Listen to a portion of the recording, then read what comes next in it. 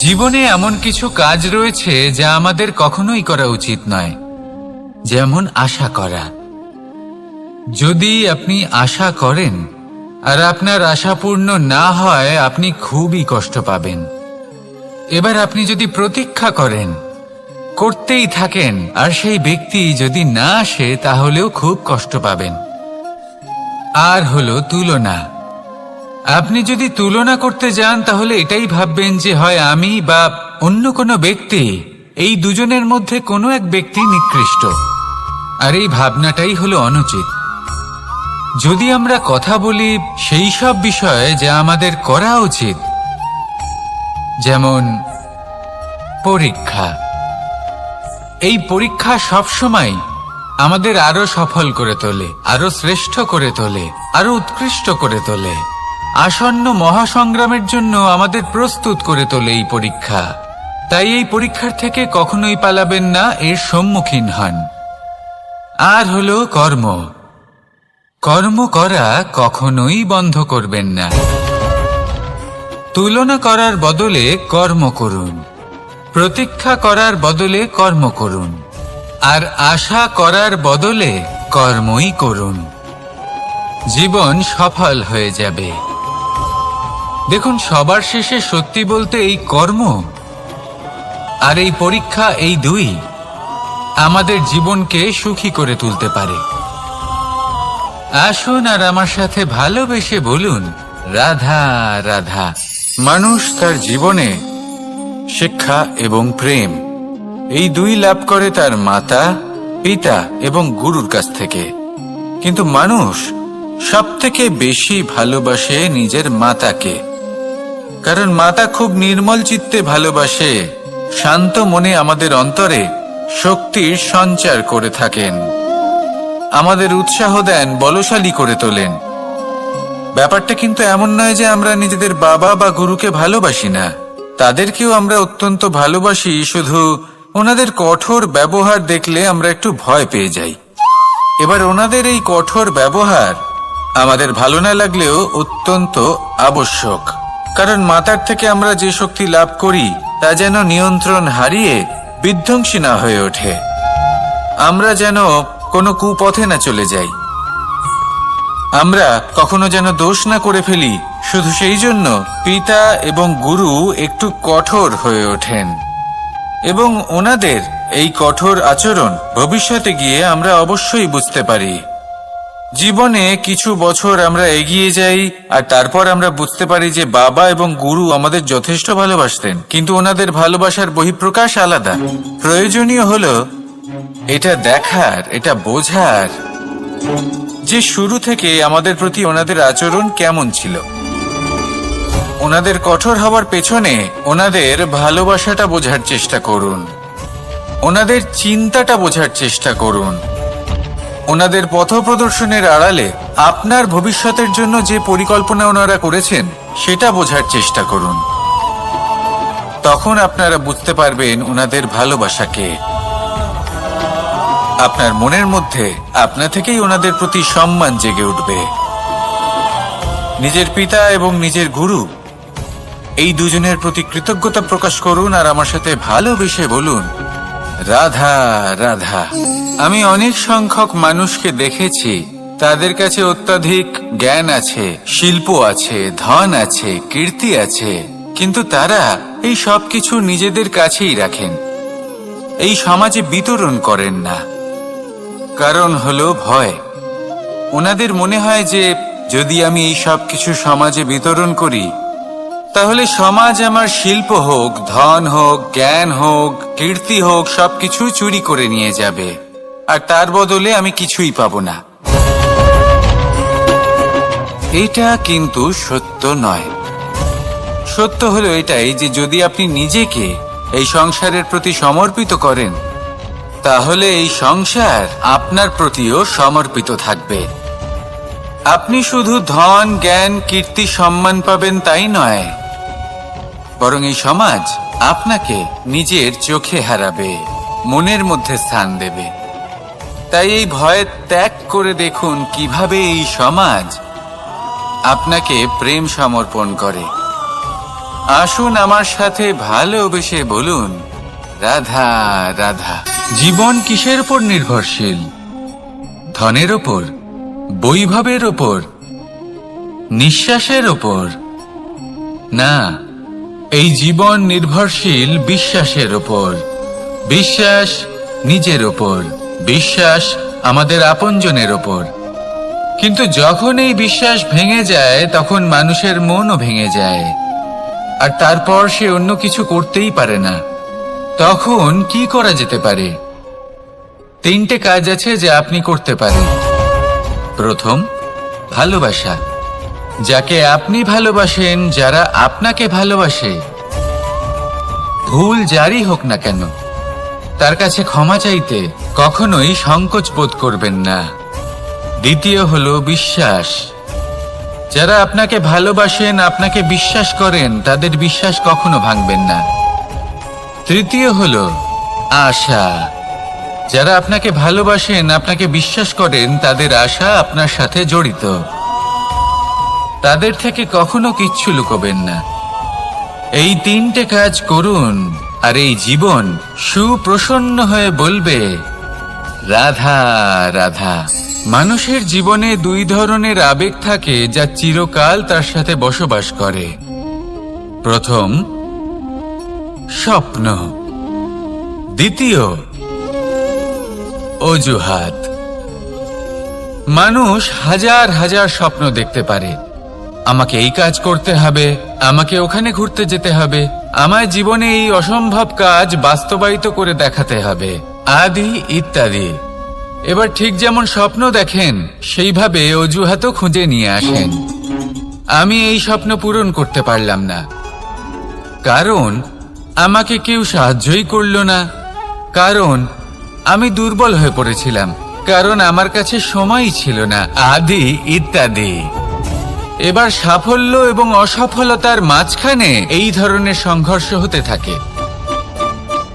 সাফল্য তখন লাভ করা সম্ভব যখন আপনার স্বপ্ন আপনার অজুহাতের থেকে অনেক বড় হয়, আর অসফলতা তখন পাবেন যখন আপনার অজুহাত আপনার স্বপ্নের থেকে অনেক বড় হয়।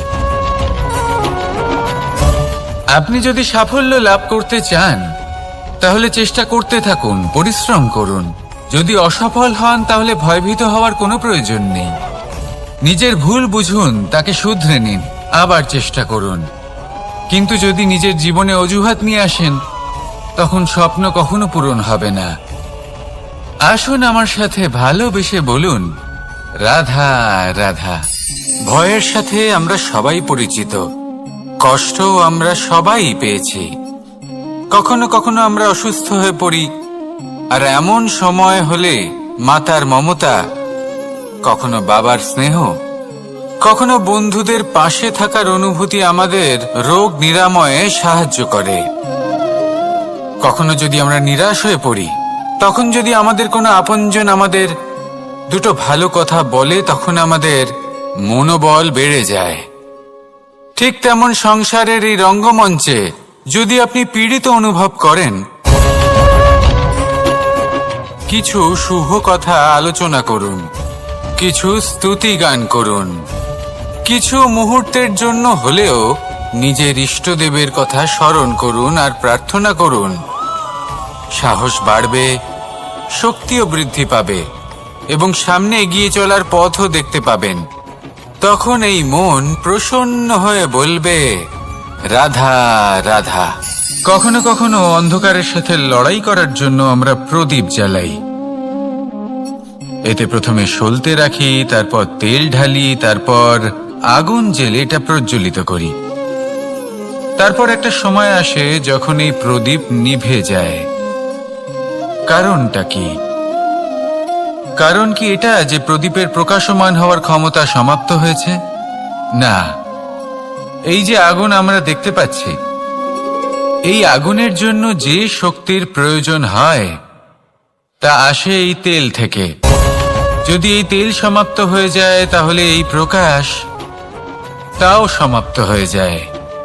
আর আমাদের জীবনে এই তেল হলো আমাদের কর্ম, আর এই আগুন আর এর দ্বারা উৎপন্ন হওয়া প্রকাশ আমাদের ভাগ্য। যত আমাদের কর্ম ক্ষীণ হতে থাকবে, আমাদের ভাগ্য সৌভাগ্য কোথাও না কোথাও লুপ্ত হয়ে যাবে। যে উজ্জ্বল ভবিষ্যৎ আমরা চাইছি তা কখনো লাভ করতে পারবো না যদি কর্ম না করি। ঠিক যেমন তেল ছাড়া অগ্নি উৎপন্ন হয় না, তেমনি কর্ম ছাড়া সৌভাগ্য হয় না। আর যেমন কর্ম তেমন ভাগ্য। তাই সব সময় কর্ম করতে থাকুন, কর্ম করা থামাবেন না। আর আমার সাথে ভালোবেসে বলুন, রাধা রাধা। জীবনে তিনটি বিষয় আছে, তিনটি বস্তু আছে, তারা যেন আপনাকে কখনো বশে না করে নিতে পারে। প্রথম হলো ধন।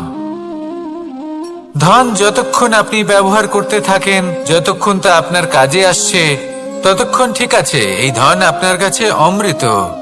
কিন্তু যখন এই ধন আপনাকে ব্যবহার করতে শুরু করে, বুঝে যাবেন যে আপনার পতনের সময় শুরু হয়েছে।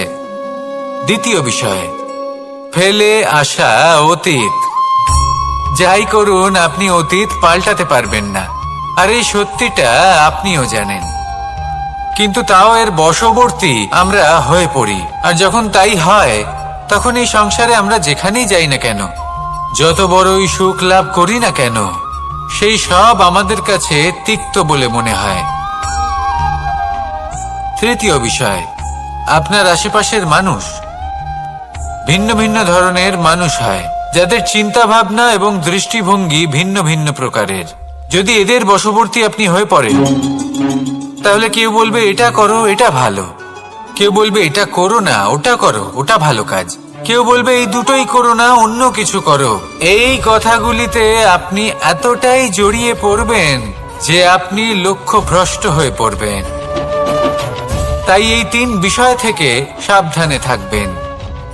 যদি কোনো কিছু বশ করতে হয়, তাহলে আপনাকে বশ করতে হবে আপনার আজকে, নিজের বর্তমানকে। এটা খুব প্রয়োজনীয়।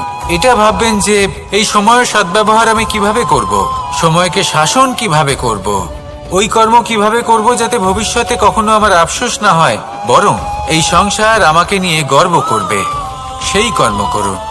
আর যখন আপনি এটা শিখে নেবেন, তখন আপনি নিজেই নিজেকে প্রকৃত অর্থে ভাগ্যশালী করে তুলবেন। আসুন আমার সাথে ভালোবেসে বলুন, রাধা রাধা। অনেক সময় আমরা কারোর নীরবতাকে তার দুর্বলতা ভেবে বসি। হতেই পারে সেই ব্যক্তি উত্তর দিতে চাইছেন না, হতে পারে অন্য কোনো কারণ আছে যা আমরা বুঝতেই পারছি না। সেই জন্য তাকে দুর্বল ভেবে নেওয়া অনুচিত। দেখতে গেলে এই বিশাল সমুদ্র এও কিন্তু নীরব, শান্ত হয়। কিন্তু যখন সে রুদ্র মূর্তি ধারণ করে, তখন কি হয়? সমগ্র সংসারকে বিনাশের পথে নিয়ে যায় এই সমুদ্র, প্রলয় সৃষ্টি করে। সেই জন্য কারোর সহ্য শক্তিকে দুর্বলতা বলে মনে করবেন না। কারণ যদি এই নীরবতা নিজেকে ভেঙে বেরিয়ে আসে, তাহলে তা বিনাশের সমস্ত সীমা পার করে যেতে পারে। তাই এই নীরবতাকে সবসময় বুঝুন, সবসময় একে সম্মান করতে শিখুন। আর আমার সাথে ভালোবেসে বলুন, রাধা রাধা। কখনো কোনো চাতক পাখিকে দেখেছেন? কথায় আছে যে বছরে মাত্র একবার সে তার তৃষ্ণা মিটিয়ে থাকে, আর তাও আকাশে ভেসে থাকা মেঘের দ্বারা ঘটানো বৃষ্টির জলের ফোঁটা থেকে। আর কোথাও থেকে সে তার তৃষ্ণা পূরণ করে না। সারা বছর সে নিদারুণ গরম সহ্য করে, তীব্র শীতও সহ্য করে, শুধু এই আশা নিয়ে যে বছরে একবার অন্তত সেই মেঘের ঘন ঘটা হবে, বৃষ্টি হবে, আর সে তার তৃষ্ণা নিবারণ করবে। এটা আসলে কি? এটা আসলে বিশ্বাস। সেই বিশ্বাস যে বছরে একবার সেই মেঘ আসবে তৃষ্ণা নিবারণ করতে।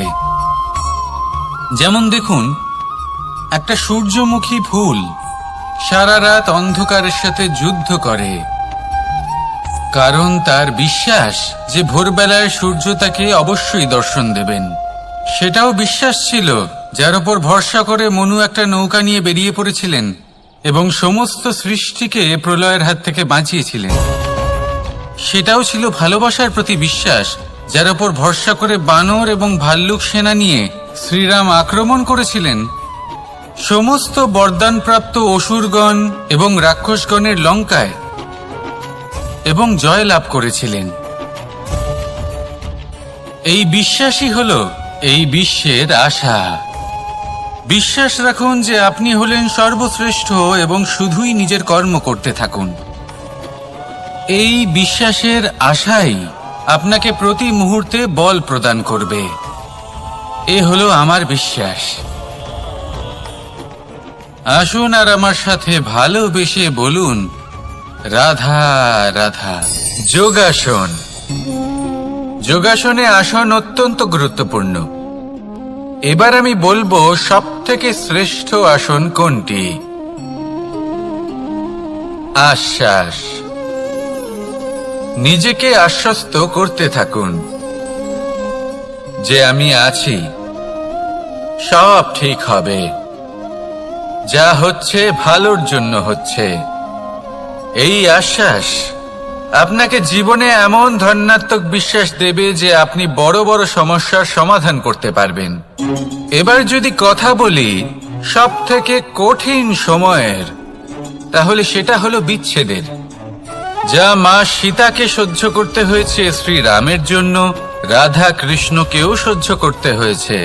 যে ব্যক্তি বিচ্ছেদের সময় সঠিক পথে চলে এসেছে সে জীবনে অনেক শ্রেষ্ঠ স্থানে অবশ্যই পৌঁছতে পারবে। এবার যদি কথা বলি সবথেকে জরুরি এবং গুরুত্বপূর্ণ সময়ের, তাহলে সেটা হলো সংযোগ। সকলকে সাহায্য করতে থাকুন। আপনি অন্যদের সাহায্য করে তাদের যত আনন্দ দিতে পারবেন ততটাই আনন্দ আপনারও জীবনে অবশ্যই আসবে। আসুন আর আমার সাথে ভালোবেসে বলুন, রাধা রাধা। সংসারে সকলে উঁচুতে উঠতে চায়, কেউ নত হতে চায় না। সবাই এটা মনে করে যে নত হওয়ার অর্থ হলো তাদের আত্মসম্মান এবং অহংবোধের বিরুদ্ধাচরণ করা। তাদের মনে হয় যে যদি আমরা নত হই সংসার আমাদের দুর্বল মনে করবে, তাদের শৌর্য এবং তাদের ব্যক্তিত্বের অপমান হবে। কিন্তু এটা কি সত্যি? প্রত্যেকবার নত হওয়ার অর্থ কি সম্মানহানি হওয়া? কখনোই নয়। আপনি নিজের জীবনকেই দেখে নিন। আপনার কোনো অমূল্য জিনিস যদি নিচে পড়ে যায় তাহলে তাকে কিভাবে তোলেন? সেই বস্তুকে তোলার জন্য আপনাকে নত হতেই হবে। আপনি বড়দের আশীর্বাদ কিভাবে লাভ করেন? আপনি নত হয়ে তবেই তাদের আশীর্বাদ লাভ করতে পারেন, তাই না? ভেবে দেখুন, আপনি একটা পথে হাঁটছেন, আপনি দেখতে চাইছেন যে আপনি সঠিক পথে হাঁটছেন কিনা, পায়ের নিচে কাঁটা পড়ে আছে কিনা। কিভাবে দেখবেন? আপনাকে সেই মাথা নত করেই দেখতে হবে। এর অর্থ কি? অর্থ খুব সহজ। প্রত্যেকবার নত হওয়া অনুচিত নয়, সেটা কোনোভাবেই সম্মানহানি নয়। পরিস্থিতি অনুসারে এবং যেখানে প্রয়োজন আপনি নত হতে শিখে গেলে আপনি অনেক কিছুই লাভ করতে পারবেন। জ্ঞান, মান, গুণ, বিশ্বাস। সেই জন্য প্রয়োজন এবং পরিস্থিতি অনুসারে নত হতে শিখুন, এতে অনুচিত কিছুই নেই। আত্মসম্মান থাকা অত্যন্ত প্রয়োজনীয়, কিন্তু তা যেন কখনো অহংকারে পরিণত না হয়। এই বিষয়ে অবশ্যই নজর রাখবেন এবং আমার সাথে ভালোবেসে বলবেন, রাধা রাধা। আমাদের জীবনে অনেক ধরনের ব্যক্তি এসে থাকেন। কেউ কেউ আমাদের সাথে থেকে যান, কেউ আমাদের থেকে দূরে চলে যান। কেউ ভালো মানুষ হন, কেউ খারাপ মানুষ। কিন্তু আমরা সবসময় সেই সময়টাকে নিয়ে দুঃখ প্রকাশ করি যখন আমাদের জীবনে কোনো খারাপ ব্যক্তি প্রবেশ করেন। তারা আমাদের খারাপ অনুভূতি দেন, দুঃখ দেন, কষ্ট দেন। আমরা সবাই তাকে ভালো মন্দ কথা বলি। কিন্তু কেন? এমন বিভিন্ন ধরনের মানুষ, খারাপ মানুষ, ভালো মানুষ সবার জীবনেই আসেন। এবং সকলকেই একটা অমূল্য শিক্ষা দান করে যান। এবার আপনি নিজেই ভেবে দেখুন, জীবনে যখন প্রথমবার আপনি আগুন স্পর্শ করেছিলেন তখন আপনি একটা শিক্ষা লাভ করেছিলেন যে আমাকে আগুনের থেকে একটু দূরে থাকতে হবে। তারপর আস্তে আস্তে আপনি শিখলেন যে কিভাবে এই আগুনকে নিয়ন্ত্রণে রাখতে হবে। তারপর আপনি শিখলেন যে কিভাবে নিজের জীবনে তাকে প্রয়োগ করতে হবে, তা সে অন্ধকারে প্রকাশ লাভ করার জন্য হোক বা খাবার বানানোর জন্য। সেইভাবেই কোনো খারাপ ব্যক্তি যখন আপনার জীবনে আসে কোনো শিক্ষা দিয়ে যান, তার প্রতি কৃতজ্ঞ থাকুন। তার বিষয় খারাপ ভাবার বা খারাপ অনুভূতি নিয়ে থাকার কোনো প্রয়োজন নেই। সেই শিক্ষা লাভ করুন, ইতিবাচক মনোভাব নিয়ে জীবনের সামনে এগোতে থাকুন। কেউ নেই যিনি আপনাকে বাধা দিতে পারেন। আসুন আমার সাথে ভালোবেসে বলুন, রাধা রাধা। জীবনে সাফল্য লাভ করতে হলে মানুষকে উচিত পথে চলতে হবে, কিন্তু তার থেকেও বেশি গুরুত্বপূর্ণ হলো এটা বোঝা যে সেই পথে চলতে চলতে কখন আমাদের দাঁড়াতে হবে আর কখন আমাদের চলতে হবে। এই শিক্ষা অত্যন্ত গুরুত্বপূর্ণ। এবার দেখুন, ছোট্ট একটা কথা রয়েছে, ওকে আটকিও না, যেতে দাও। এই বাক্যের অর্থ কি? অর্থ যে কাউকে আটকিও না, যে এগোতে চাইছে তাকে এগোতে দাও, তার পথে বাধা সৃষ্টি করো না।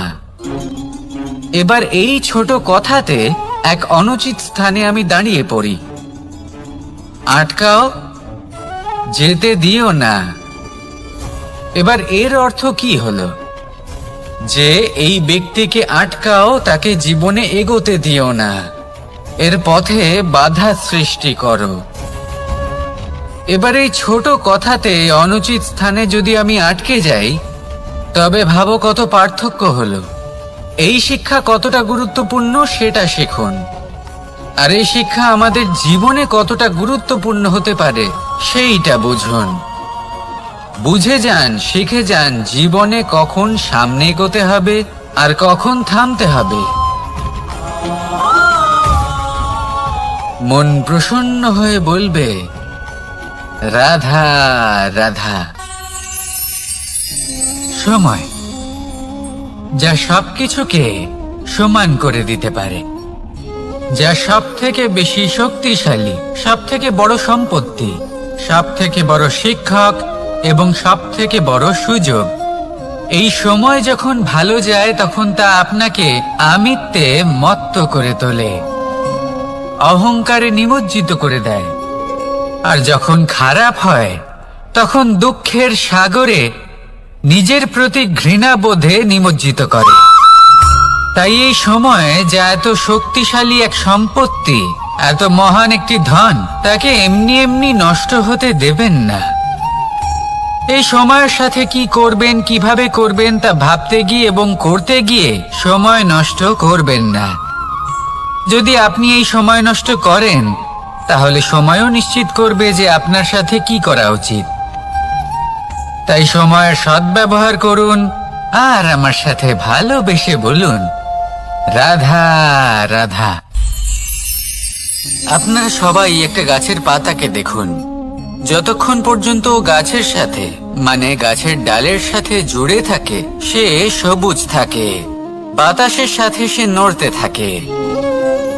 যতক্ষণ পর্যন্ত ও সূর্য থেকে পাওয়া রশ্মির শক্তি গাছে পৌঁছে দেয়, ততক্ষণ ও ডালের সাথে যুক্ত থাকে। কিন্তু যখন সেই পাতা শুকিয়ে যায়, তখন তার কোনো গুরুত্ব থাকে না। সেই পাতা গাছের ডালে এবং বৃক্ষের কাছে বোঝা হয়ে থেকে যায়। এবং এমন এক সময় আসে যখন সেই ডালটি শুকনো সেই পাতাকে পরিত্যাগ করে। এটাই আমরা এই প্রকৃতিতে দেখি এবং এটাই হলো সত্য। আর এটাই আমাদের জীবনে খুব বড় একটা শিক্ষা। যদি আপনিও নিজের জীবনে নিজের আপনজনদের কাছে বোঝা স্বরূপ হয়ে দাঁড়ান, তাহলে তারা আপনাকে যতই ভালোবাসুক না কেন, ওনারা যদি নাও চান তাহলেও এমন এক দিন আসবে যখন আপনার আপনজন আপনাকে পরিত্যাগ করবে। সেই জন্য সবসময় আত্মনির্ভর হয়ে ওঠার চেষ্টা করুন। নিরন্তর পরিশ্রম করতে থাকুন, কারোর উপর বোঝা হয়ে থাকবেন না, বরং তার সাথে মিলে দায়িত্ব পালন করুন। এমনটা করবেন তাহলে আপনার সম্মানও বজায় থাকবে এবং সম্পর্কের মধ্যে আপনার মূল্যও বজায় থাকবে। আসুন আর আমার সাথে ভালোবেসে বলুন, রাধা রাধা। ঈশ্বর আসলে কে? সংসারের বেশিরভাগ মানুষের কাছে ঈশ্বর হলেন এই সংসারের রচয়িতা, পালনকর্তা। কারোর কাছে উনি জ্ঞাতা, কারোর কাছে উনি হলেন আস্থার প্রতীক, আবার কারোর জন্য শুধুমাত্র অন্ধবিশ্বাস।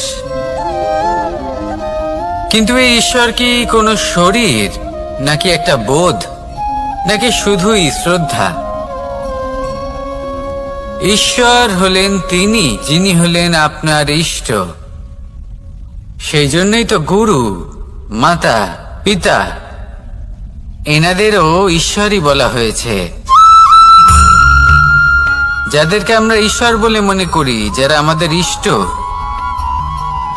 তারা আমাদের একটি পথ দেখান, একটি দিকে চালিত করেন। সেই পথে চলে আপনি শুভ কর্ম করতে পারেন। আর যখন কোনো ব্যক্তি তার ঈশ্বরের আদেশ পালন করেন, তখন সে নিজে থেকেই শুভ পথে অগ্রসর হয়ে যান। বেশ কয়েকজন মানুষ ঈশ্বরের ওপর আস্থা রাখেন এবং ভাবেন যে অনুচিত কোনো কাজ করা উচিত নয়, ঈশ্বর দেখছেন। ওনারা ভয় পান যে কোনো অনুচিত কর্ম করলে কে জানে তার পরিণাম কি হবে। এমন অনেক ব্যক্তি রয়েছেন যারা ঈশ্বরকে বিশ্বাস করেন এবং জানেন যে ঈশ্বর তাদেরকে দেখছেন। তাই যে যে শুভ কর্ম ওনারা করেছেন তার ফল তারা অবশ্যই পাবেন। এবার আপনি ভয় পেয়ে ঈশ্বরকে বিশ্বাস করবেন, নাকি বিশ্বাসের দ্বারা ঈশ্বরকে বিশ্বাস করবেন, সেই সিদ্ধান্ত আপনারই। কিন্তু হ্যাঁ, যদি আপনার মনে ঈশ্বরের জন্য কোনো স্থান থাকে, যদি আপনার কোনো ইষ্ট থাকেন, যদি আপনি কাউকে ঈশ্বর মনে করেন, যার প্রত্যেক আদেশ আপনি পালন করে থাকেন, তাহলে বলি, ঈশ্বর কখনো আপনাকে অনুচিত পথে চালিত করবেন না। আসুন আমার সাথে ভালোবেসে বলুন, রাধা রাধা। কথায় আছে যে স্বপ্ন এবং লক্ষ্য হলো একটি মুদ্রারই দুটি দিক। যতক্ষণ না স্বপ্ন দেখছেন ততক্ষণ বুঝবেন কি করে আপনার লক্ষ্য কি? স্বপ্ন দেখে যদি নিজের লক্ষ্য বুঝতে পারেন, সেটা পেতে চান, তবেই সেটা লাভ করতে পারবেন। কিন্তু স্বপ্ন এবং লক্ষ্য এই দুইয়ের মধ্যে একটা ভারসাম্য রয়েছে, যেটা বজায় রাখা প্রয়োজনীয়। একে আমরা বলে থাকি পরিশ্রম। দেখুন, যদি আপনি স্বপ্ন দেখতে চান, তাহলে পরিশ্রম ত্যাগ করে নিদ্রা লাভ প্রয়োজন। কিন্তু যদি আপনি লক্ষ্য লাভ করতে চান, তাহলে আপনাকে নিদ্রা ত্যাগ করে পরিশ্রম করতে হবে।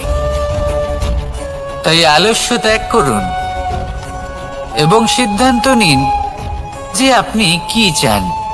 আপনার জীবনের এই তুলাদণ্ডে স্বপ্নের পাল্লা ভারী হওয়া প্রয়োজন, নাকি লক্ষ্যের?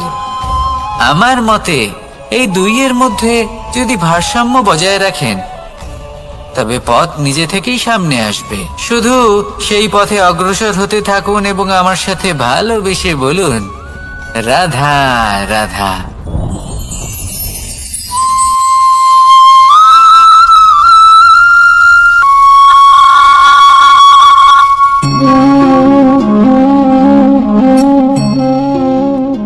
মোহনের বাঁশির এই সুর, এই সঙ্গীত কার না পছন্দ হয়? সবারই খুব ভালো লাগে। এবার এই সুর আসে কোথা থেকে? কেউ বলবেন কৃষ্ণের হৃদয় থেকে। সত্য কথা, এই সুর হৃদয় থেকে নির্গত হয় এবং প্রকট হয় এই বাঁশি থেকে। এই বাঁশিটাকে দেখুন, এই ছিদ্রগুলি দেখুন, প্রত্যেকটা সুর থেকে নিজস্ব একটা স্বর নির্গত হয়।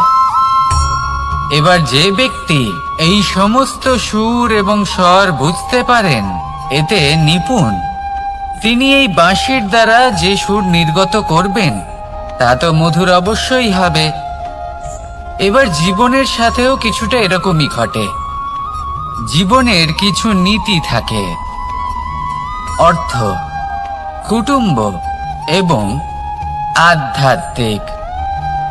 যদি জীবনের প্রত্যেকটা মুহূর্ত সুখময় হয় এরকম আপনি চান, তাহলে এই তিনটি নীতিতে আপনাকে নিপুণ হতে হবে।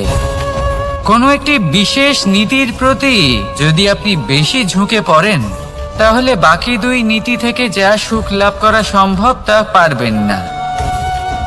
ধন অর্জন করতে হবে পরিবারের জন্য, পরিবারের সুখ মনের শান্তির জন্য, মনে শান্তির প্রয়োজন মনের শুদ্ধতার জন্য। যখন এই মন শুদ্ধ হবে, জীবন শুদ্ধ হবে, পবিত্র হবে, সুন্দর হবে এবং ভালোবেসে বলবে, রাধা রাধা।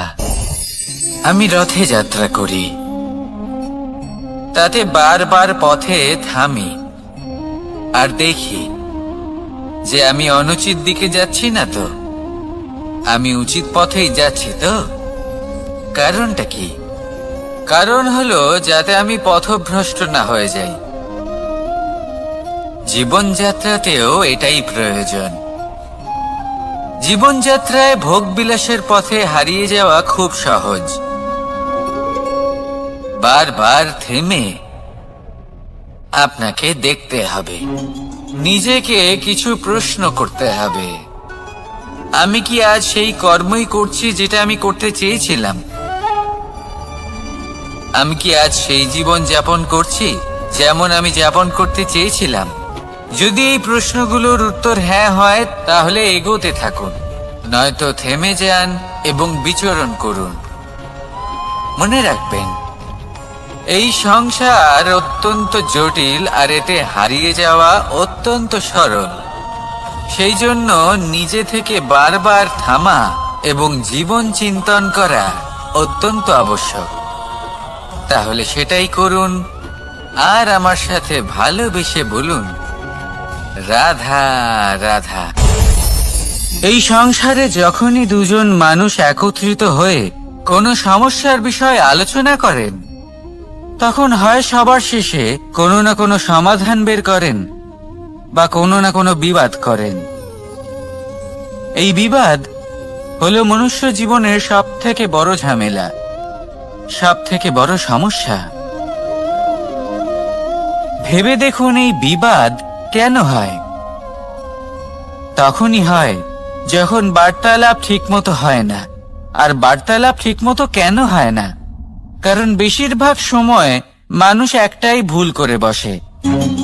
সামনের মানুষের কথা শোনেন, কিন্তু তার উত্তর দেবার জন্য, তার কথার মর্ম বোঝার জন্য নয়। কিন্তু যেদিন থেকে, যে মুহূর্ত থেকে আপনি এটা শিখতে শুরু করে দেবেন যে আমি অপরের কথা শুনবো, কিন্তু সেটা বোঝার জন্য, তাকে উল্টে জবাব দেবার জন্য নয়, সেদিন থেকেই বিবাদের সমাপ্তি ঘটবে আর বার্তালাপ স্পষ্ট হয়ে যাবে। দেখুন, হয় সামনের মানুষের কথা বুঝতে শিখুন বা নিজের বক্তব্য ভালোভাবে সামনের মানুষটাকে বুঝিয়ে বলুন। বার্তালাপ নাকি বিবাদ, আপনি কোনটা চান? সিদ্ধান্ত আপনার। আসুন আর আমার সাথে ভালোবেসে বলুন, রাধা রাধা। কাম, তৃতীয় পুরুষার্থ। এবার অধিকাংশ মানুষই কাম বলতে বিলাসিতা, বাসনা, লালসা মনে করে ফেলে। আসলে এমন কিছুই নয়। কামের বাস্তবিক অর্থ কি? কামের বাস্তবিক অর্থ হলো কামনা। প্রতিটা ব্যক্তি, প্রতিটা মানুষ, প্রতিটা জীব এই সংসারে কোনো না কোনো বিশেষ কারণে আসে। সেই কারণকে পূর্ণ করার জন্য কর্ম করাকে কাম বলে। এখন সেটা সবার জন্য ভিন্ন হতে পারে। কারোর কাছে সেটা জ্ঞান অর্জন করা হতে পারে, আবার কারোর কাছে নির্মাণ করা হতে পারে। কারোর জন্য পরিবারকে সঞ্চালন করা হতে পারে, আবার কারোর জন্য এই সংসার থেকে পাপ দূর করা হতে পারে। কিন্তু সবথেকে গুরুত্বপূর্ণ হলো যে মানুষ যেন নিজের কর্ম ঠিক করে করে, সম্পূর্ণ যত্ন নিয়ে করে। তৃতীয় পুরুষার্থ মানে এই কাম। এটার অনুচিত অর্থ নিজেকে বোঝানো মানেই সমগ্র জীবনকে অর্থহীন করে দেওয়া। তাই প্রেম দ্বারা আপনার এই সংসারে আসার কারণটাকে অনুসন্ধান করুন, আর এই প্রেমের সাথেই বলুন রাধা রাধা। প্রেম 2.5 অক্ষর, মাত্র 2.5 অক্ষরের এই শব্দ প্রেম, এর মধ্যে ত্রিলোকের এবং সমগ্র ব্রহ্মাণ্ডের বীজ নিহিত আছে। এমন কি আছে যে এই প্রেম করতে পারে না? যেখানে শক্তি এবং বিদ্যা প্রয়োগ করে আপনি কিছুই করতে পারবেন না, সেটাও প্রেম দ্বারা অর্জন করা সম্ভব। প্রেম চাইলে পাথরেও ফুল ফোটাতে পারে। প্রেম চাইলে ন্যাড়া পাহাড়ের বুক চিরে নদীপথ তৈরি করতে পারে। চাইলে নিরক্ষর ব্যক্তিকে সংসারের শ্রেষ্ঠ জ্ঞানী করে তুলতে পারে। শুধুমাত্র এই প্রেমের জন্য সবার দুষ্টু কানাই ঘনশ্যাম হয়ে উঠেছিল। শুধুমাত্র এই প্রেমের টানেই ত্রিলোকের স্বামী দ্বারকাধীশ নির্ধন সুদামার পদসেবাও করেছিলেন। এই প্রেম হলো সংসারের সব থেকে বড় শক্তি। এই সংসারের আধার হলো প্রেম। এমন কিচ্ছু নেই যা এই প্রেমের পক্ষে সম্ভব নয়। যেখানে বিদ্যা এবং শক্তি সাহায্য করতে পারে না, সেখানে এই প্রেম আপনাকে জয়ী করে দিতে পারে। তাহলে আসুন আর আমার সাথে ভালোবেসে বলুন রাধা রাধা। আমরা যখনই কোনো যাত্রায় যাব বলে মনে করি, তখনই আমরা প্রস্তুত থাকি আসন্ন বিপদের জন্য বা সংকটের জন্য। যেমন যদি আমাদের মনে হয় যে আজকের পরিবেশ খুব ঠান্ডা হবে, তাহলে আমরা গরম বস্ত্র ধারণ করি বা সেটাকে সাথে নিয়ে যাই। যদি মনে হয় যে বৃষ্টি হতে পারে বা বৃষ্টি হয়ে চলেছে আমরা দেখছি, তাহলে আমরা একটা ছাতা সাথে নিয়ে নিই। আমরা প্রস্তুত থাকতে চাই এবং এটাই উচিত, এবং সেই কারণেই আমরা যাত্রায় সাফল্য লাভ করি। কিন্তু যদি আমরা কথা বলি জীবনযাত্রা নিয়ে, যা কিনা সব থেকে বেশি গুরুত্বপূর্ণ, তাহলে তার জন্য আমরা পূর্ণরূপে প্রস্তুত থাকি না। আশেপাশের মানুষ, এই সমাজ, আমাদের সাথী, আমাদের মিত্ররা যে কোনো মুহূর্তে বদলে যেতে পারেন। সেই জন্য আমরা নিজেদেরকে কখনো সাবধান করি না, কখনোই নিজেদের প্রস্তুত করি না। আমাদের এটা কখনোই মনে হয় না যে এরকম হতে পারে, আর সেই কারণেই শেষে গিয়ে আমরা অত্যন্ত দুঃখ পাই। একটা অমূল্য শিক্ষা আছে যেটা আমাদের লাভ করা উচিত। সতর্ক থাকা উচিত। এই জীবনযাত্রার জন্য শুধুমাত্র এই পরিবেশের বিষয়ে তথ্য সংগ্রহ করা বা তাকে অনুমান করা, এটুকু হলেই চলবে না। আমাদের আশেপাশের মানুষজনকে দেখতে হবে, তাদের স্বভাব পরিস্থিতির ওপর নজর রাখতে হবে। যখন তারা রং পাল্টাচ্ছেন নজর রাখতে হবে, তা অত্যন্ত আবশ্যক। পরিবর্তন আপনার জীবনে অবশ্যম্ভাবী। সঠিকভাবে তার সম্মুখীন হন। আসুন আমার সাথে ভালোবেসে বলুন রাধা রাধা। আপনি এটা শুনে থাকবেন যে ছোট্ট একটা বালক, সে ঈশ্বরের প্রতিরূপ হয়। কিন্তু এমন কেন বলা হয় তা কি আপনি কখনো ভেবে দেখেছেন? আমি আপনাকে বলছি। কোন একটা ছোট্ট বালককে দেখুন, সে কি করে? সকলকে সমান চোখে দেখে। ওর মনে না কোনো ছলনা রয়েছে, না কোনো কপটতা। না অহংকার রয়েছে আর না কোনো বিষয় নিয়ে কোনো চিন্তা। সকলকে সে সমান চোখে দেখে আর নিজের মধ্যেই প্রসন্ন থাকে, সকল বিকার থেকে মুক্ত। এগুলোই তো সেই গুণ, সেই বালকের মধ্যে যা হলো ঈশ্বর স্বরূপ। এবার ভেবে দেখুন, যদি প্রত্যেকটা মানুষ এই ছোট বালকের মতো সেই সব গুণ নিজের মধ্যে জাগ্রত করে তোলে, তাহলে কি হবে? তারাও ঈশ্বর তুল্য হয়ে উঠবে। তাই আপনিও এটাই করুন, নিজের মনকে বিকার মুক্ত করুন সেই ছোট্ট বালকের মতো। মনের মধ্যে না কোনো চিন্তা রাখবেন, না মোহ, না ক্রোধ, না কোনো রকমের ছলনা বা কপটতা। সবাইকে সমান চোখে দেখুন আর নিজের মনেই প্রসন্ন থাকতে শিখুন। এই মন প্রেমময় হয়ে বলবে, রাধা রাধা। আপনি কখনো পাখিদের দেখেছেন?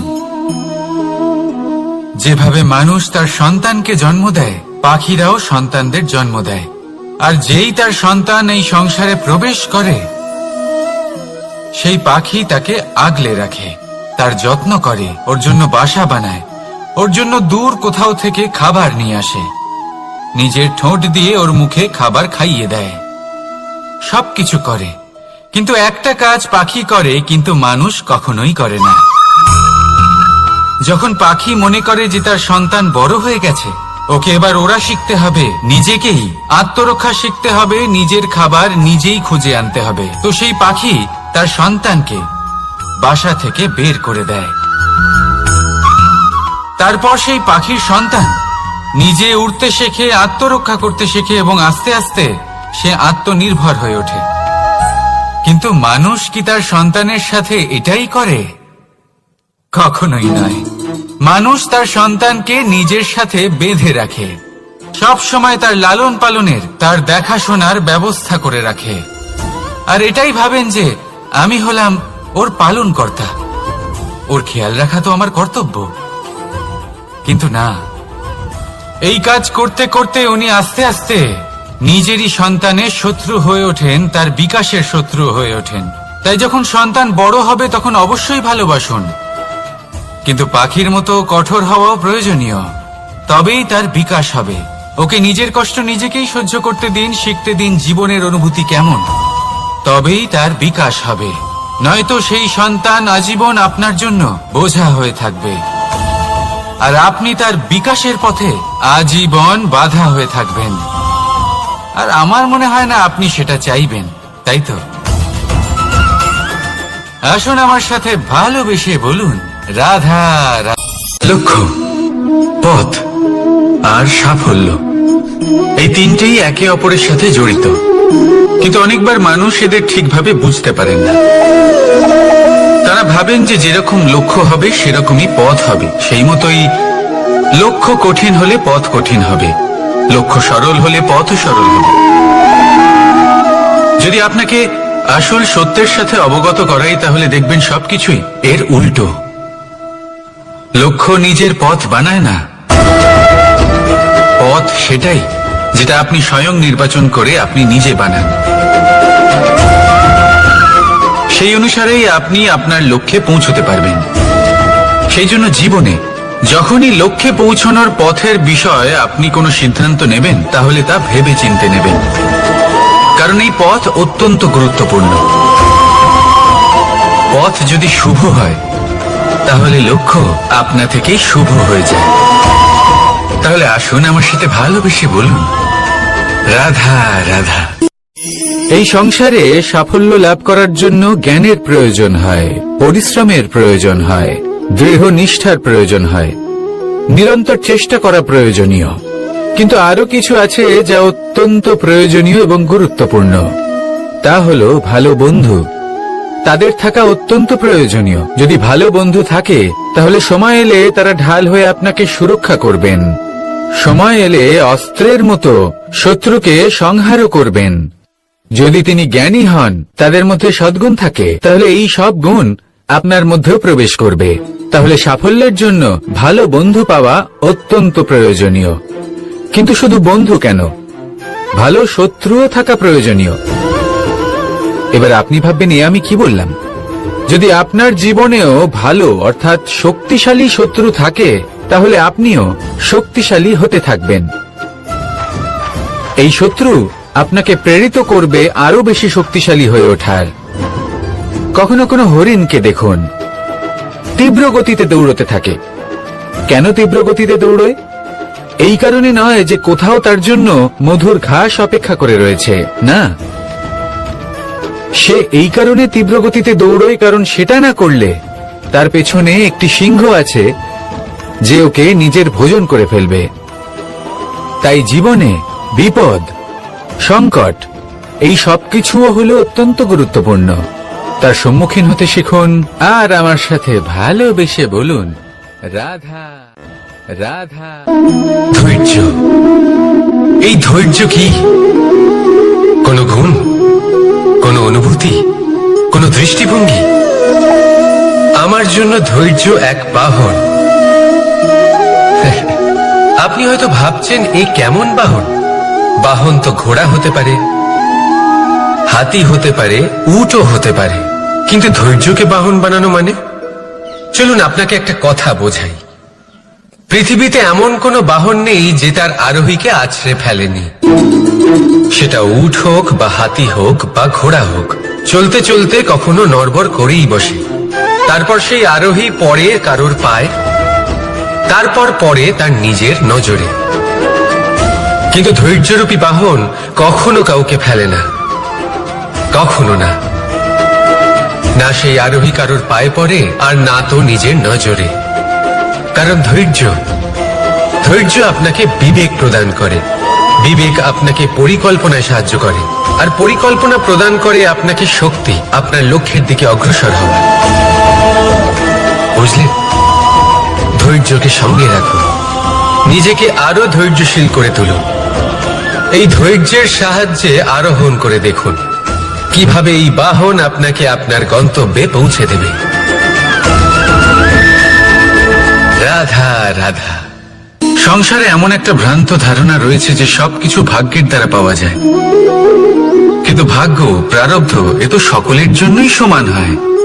এটা তো ব্যক্তির উপরে নির্ভরশীল হয়, তার আকাঙ্ক্ষার উপরে নির্ভরশীল হয়, বাসনার উপরে নির্ভরশীল হয়, স্বভাবের উপরে নির্ভরশীল হয় যে উনি সেটা নিয়ে কি করেন। দেখুন, এই প্রসাদ কিন্তু সকলকেই দেওয়া হয়, কিন্তু তা গ্রহণ করবেন কিভাবে সেটা ব্যক্তির উপরে নির্ভর করে। আপনাকে এক উদাহরণ দিই। যেমন ধরুন, দুজন মানুষকে আমি একটা করে মাটির ডেলা দিলাম, সেটা নিয়ে তারা কি করবেন? একজন মানুষ তার ছোট ছোট ডেলা বানাবেন আর পথযাত্রীদের ওপরে ছুঁড়ে মারবেন, হাসি ঠাট্টা করবেন, তাদের বস্ত্র নোংরা করে দেবেন, সেটাতেই উনি আনন্দ পাবেন। অন্যদিকে দ্বিতীয় ব্যক্তি সেই মাটির ডেলা দিয়েই নিজের জন্য একটা কুঁড়ে ঘর বানাবেন। সেই কুঁড়ে ঘর যা রোদেতে, বৃষ্টিতে, ঝড়ে তাকে সুরক্ষিত রাখবে। অনুভূতি, এই অনুভূতি বদলাতে শিখুন। এই অনুভূতি অত্যন্ত গুরুত্বপূর্ণ। ভালোবাসাতেও এই অনুভূতি হলো অত্যন্ত গুরুত্বপূর্ণ। ভালোবাসা সে বন্ধুর সাথে হোক, মা বাবার সাথে হোক, ভাই বোনের সাথে হোক, স্ত্রীর সাথে হোক, যে কারোর সাথে হোক। মনে রাখবেন, এই হলো সেই অনুভূতি যা আপনার ভাগ্য নির্ধারণ করে থাকে। তাহলে আসুন আমার সাথে প্রেমের অনুভূতি নিয়ে বলুন, রাধা রাধা। শক্তি এক অত্যন্ত বিচিত্র বস্তু, বা বলতে পারেন অনুভূতি। পিতা সবসময় চান যেন তিনি তার শক্তি পুত্রকে সঁপে দিতে পারেন, যাতে সে শক্তিশালী হয়, যাতে তার মঙ্গল হয়। তার পুত্র সবসময় চায় যাতে সে পিতার সেই শক্তি লাভ করে, কিন্তু সেই শক্তি লাভ করার জন্য পুত্র হওয়া যথেষ্ট নয়, যোগ্য পাত্র হতে হয়। আসুন আপনাকে সহজে বোঝাই। যদি আপনি সুপাত্র হন আর আপনাকে শক্তি দেওয়া হয়, তাহলে আপনি সেই শক্তির গুরুত্ব বুঝবেন, কোথায় সেই শক্তি প্রয়োগ করা উচিত সেটা বুঝবেন। আর এটা যেহেতু অর্জন করা শক্তি হবে, সেই শক্তির অপব্যবহার হবে না। কিন্তু যদি এই আপনি কুপাত্র হন আর যদি আপনাকে এই শক্তি দেওয়া হয়, তাহলে কি হবে? দেখতে গেলে এই শক্তি আপনি দান হিসেবে পেয়েছেন, তাই না আপনি এই শক্তির গুরুত্ব বুঝবেন আর না এর প্রয়োগ আপনি জানবেন। তার অপব্যবহার হওয়া সুনিশ্চিত। তাই যদি আপনি কোনো শক্তি অর্জন করতে চান তাহলে আগে তার যোগ্য হয়ে উঠুন, পুত্র নয় পাত্র হয়ে উঠুন। আর আমার সাথে ভালোবেসে বলুন, রাধা রাধা। কথায় আছে, প্রত্যেক পুত্র তার পিতার প্রতিচ্ছবি হয়, আর সমস্ত প্রতিচ্ছবি চায় যেন সে তার অস্তিত্ব প্রাপ্ত করতে পারে। পুত্র চায় সে যেন তার পিতার মতো হয়, বা কখনো কখনো তার থেকেও শ্রেষ্ঠ হয়। সেটা কোনো অনুচিত ব্যাপার নয়। অনুচিত তখন হয় যখন পুত্র নিজের পিতার মতো হবার স্বপ্ন পূরণ করতে গিয়ে বা তার থেকেও শ্রেষ্ঠ হওয়ার স্বপ্ন পূরণে অনুচিত পথের আশ্রয় নেয়। কারণ তারপরে সে তার পিতার গুণগুলি আত্মসাৎ করতে চায় না। সে শুধুই এটা চায় যে সংসারের চোখে যেন আমি শ্রেষ্ঠ প্রমাণিত হই। এটা অনুচিত। সংসারে এমন অনেক মানুষ আছেন যারা এই কারণে শ্রেষ্ঠ হবার চেষ্টা করেন যাতে তার পরিবারের তার পিতার সম্মান বৃদ্ধি পায়। এমনও মানুষ থাকেন, আর এটাই হলো পার্থক্য উদ্দেশ্যের। মনে রাখবেন, যদি আপনার উদ্দেশ্য শুভ হয় তাহলে পথও শুভ হবে, যদি আপনার উদ্দেশ্য অশুভ হয় তাহলে পথও অশুভ হবে। তাহলে নিজের পিতার মতো হবার চেষ্টা অবশ্যই করুন, তার থেকেও শ্রেষ্ঠ হওয়ার চেষ্টা অবশ্যই করুন, কিন্তু মনে রাখবেন আপনার সংকল্প আর আপনার উদ্দেশ্য এই দুই শুভ হওয়া উচিত। তাহলে আসুন আর আমার সাথে ভালোবেসে বলুন, রাধা রাধা। শক্তি শক্তি অর্জন করা এতটা কঠিন নয় যতটা শক্তি লাভ করার পরে সেই শক্তি সামলানো কঠিন হয়। কারণ যেই মানুষ শক্তি লাভ করে তার মনে গর্ববোধ জন্মায়, জন্মায় অহংকার, জন্মায় জেদ। তাই শক্তি প্রাপ্ত করার সাথে বিনম্র থাকাও অত্যন্ত আবশ্যক। আর এটা আমাদের শেখা উচিত বৃক্ষের থেকে। বৃক্ষ যা আমাদের ফল দেয়, বৃক্ষ যা যত ফল দেয় ততটাই ঝুঁকে যায়। আমরা পাথর মারি ওই বৃক্ষের থেকে ফল প্রাপ্ত করার জন্য। সেই পাথরের মার সহ্য করেও বৃক্ষ আমাদের ফল দেয়। কোনো গর্ববোধ নেই, কোনো অহংকার বোধ নেই, আর সেই জন্য এই বৃক্ষের পুজো করা হয়। এটাই হলো মাহাত্ম্য শক্তির সাথে বিনম্রতার। যদি এই শক্তি সৃজন করে থাকে, সাহায্য করে থাকে, সম্বল হয়ে থাকে, তবেই সেই শক্তি উপযুক্ত। আর নয়তো সেই শক্তি একদিন আপনাকে আসক্ত অবশ্যই করবে। তাহলে শক্তি অবশ্যই অর্জন করুন, কিন্তু তার সাথে সেই শক্তি সামলানোর মতো বিবেকও আপনাকে অবশ্যই জাগ্রত করতে হবে। তাহলে আসুন আমার সাথে ভালোবেসে বলুন, রাধা রাধা। অহংকার অত্যন্ত বলশালী হয়। এই অহংকার মানুষকে কখনো নত হতে দেয় না। অদ্ভুত ব্যাপার, এই অহংকার যা মানুষকে কখনো নত হতে দেয় না, সেটাই তার পতনের কারণও হয়ে দাঁড়ায়। যেখানে মানুষ এটা ভাবতে শুরু করে যে শুধুমাত্র সেই যোগ্য, সেখান থেকেই তার পতনের আরম্ভ। ঠিক কিনা? দেখুন, যদি কোনো মানুষ এটা ভাবে যে আমি এই সব কিছু করতে পারি, তাহলে তা হলো বিশ্বাস। কিন্তু যদি সে এটা ভাবতে থাকে যে শুধুমাত্র আমি এই কাজ করতে পারি, তাহলে তা হলো সেই ব্যক্তির অহংকার। আর এটা আপনাকে বিনাশের দিকে অবশ্যই নিয়ে যাবে। মনে রাখবেন, যখন আমি আর শুধুমাত্র এই দুই এক হয়ে যায়, সেখান থেকে আপনার পতনের সূত্রপাত হবেই। তাই আপনি কখনোই এই অহংকারের চক্রব্যূহে ফেঁসে যাবেন না। বিশ্বাস রাখুন নিজের ওপর এবং অন্যের ওপরও। আর মনে রাখবেন, বিশ্বাসের মধ্যে বিশ্বের প্রত্যেকটা বস্তু বসবাস করে। তাই এই অহংকারকে ত্যাগ করে ফেলুন আর আত্মবিশ্বাসের ওপর মনোসংযোগ করুন। আর আমার সাথে ভালোবেসে বলুন, রাধা রাধা। মানুষ নিজের জীবনে ঈশ্বরকে খুব মান্য করে, ওনার জন্য কি না করে। ভিন্ন ভিন্ন নামে তাকে স্মরণ করে, তাকে পুজো করে, তার আরাধনা করে। সে জানে যে ঈশ্বর তাকে শক্তি অবশ্যই দেবেন, তাকে সাহায্য অবশ্যই করবেন। কিন্তু যখন প্রশ্ন আসে গুরু এবং ঈশ্বরের, তখন গুরুর মান কখনো কম হওয়া উচিত নয়। কারণ সত্যি বলতে কি, গুরুই হলেন সেই সিঁড়ি যা বেয়ে আপনি ঈশ্বরের কাছে পৌঁছানোর পথ খুঁজে পাবেন। সেই পথ আপনি গুরুর থেকেই পাবেন। গুরু না থাকলে আপনি কখনো ঈশ্বর লাভ করতেই পারবেন না। আর জীবনে অনেক সময় লক্ষ্যের থেকেও অনেক বেশি গুরুত্বপূর্ণ হলো পথ। তাই এই পথের সম্মান করতে শিখুন, অর্থাৎ গুরুকে সম্মান করতে শিখুন। কারণ গুরুই হলেন পরমেশ্বর। তাহলে আসুন আর আমার সাথে ভালোবেসে বলুন, রাধা রাধা। আপনার জীবনে আপনার প্রকৃত বন্ধু আসলে কে? আপনার সব থেকে শ্রেষ্ঠ মিত্র আসলে কে? তিনি যিনি সময় এলে পরে আপনাকে সাহায্য করেন, নাকি তিনি যিনি সময় এলে পরে আপনাকে অর্থ দেন? দেখুন, আমরা হলাম মানুষ, আমাদের জীবনে লেনদেন চলতেই থাকে। এটা আমাদের জীবনের অভিন্ন অংশ। কিন্তু অনেক সময় এমন হয় যে আমরা তাকেই নিজের প্রকৃত বন্ধু বলে মনে করি, যিনি আমাদের একটা বহুমূল্য উপহার দেন, ঠিক কিনা? এবার আপনার জীবনে সেই বহুমূল্য উপহার কোনটা, ওই অমূল্য মিত্র আসলে কে, সেই সিদ্ধান্ত হলো আপনার। কিন্তু যদি আপনি আমাকে জিজ্ঞেস করেন, তাহলে আমার মতে স্বর্ণ, হিরে, মুক্ত, ধন এগুলো বহুমূল্য নয়। বহুমূল্য হলো সঙ্গ, যখন আপনি একা হয়ে যাবেন; সময়, যখন আপনার তাকে প্রয়োজন হবে; সমর্পণ, যখন আপনার বিশ্বাসের প্রয়োজন পড়বে। যে মানুষ আপনার প্রতি এই 3 গুণ প্রদর্শন করেন, যিনি আপনার কঠিন সময়ে আপনাকে অবশ্যই সঙ্গ দেবেন, যখন আপনার প্রয়োজন পড়বে আপনাকে অবশ্যই সময় দেবেন, আপনার প্রতি সম্পূর্ণ সমর্পিত থাকবেন, সেই হলো আপনার আসল মিত্র, সেই হলো আপনার প্রকৃত বন্ধু। কারণ সত্যি বললে, বন্ধুত্বের অর্থই হলো নিজেকে সম্পূর্ণরূপে কারোর কাছে সমর্পণ করে দেওয়া।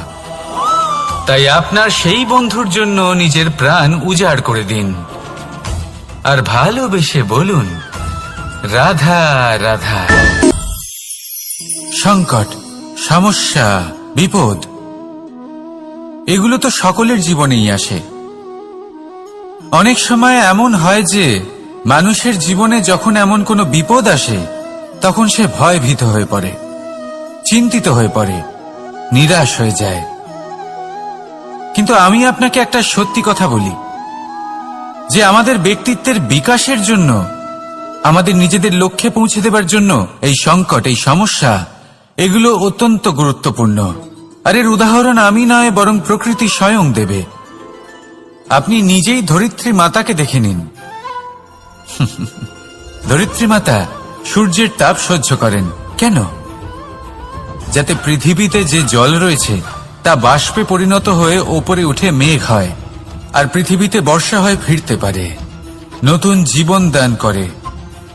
আর অন্যদিকে পাতা ঝরার মরশুমে কোনো বৃক্ষকে দেখুন, পাতা ঝরার মরশুমে সমস্ত পাতা ঝরে যায়, তারপরে সেই গাছে নবনির্মাণ হয়, নতুন পাতা জন্মায়, সেই গাছ আবার ভরে ওঠে, সবুজে সবুজ হয়ে ওঠে।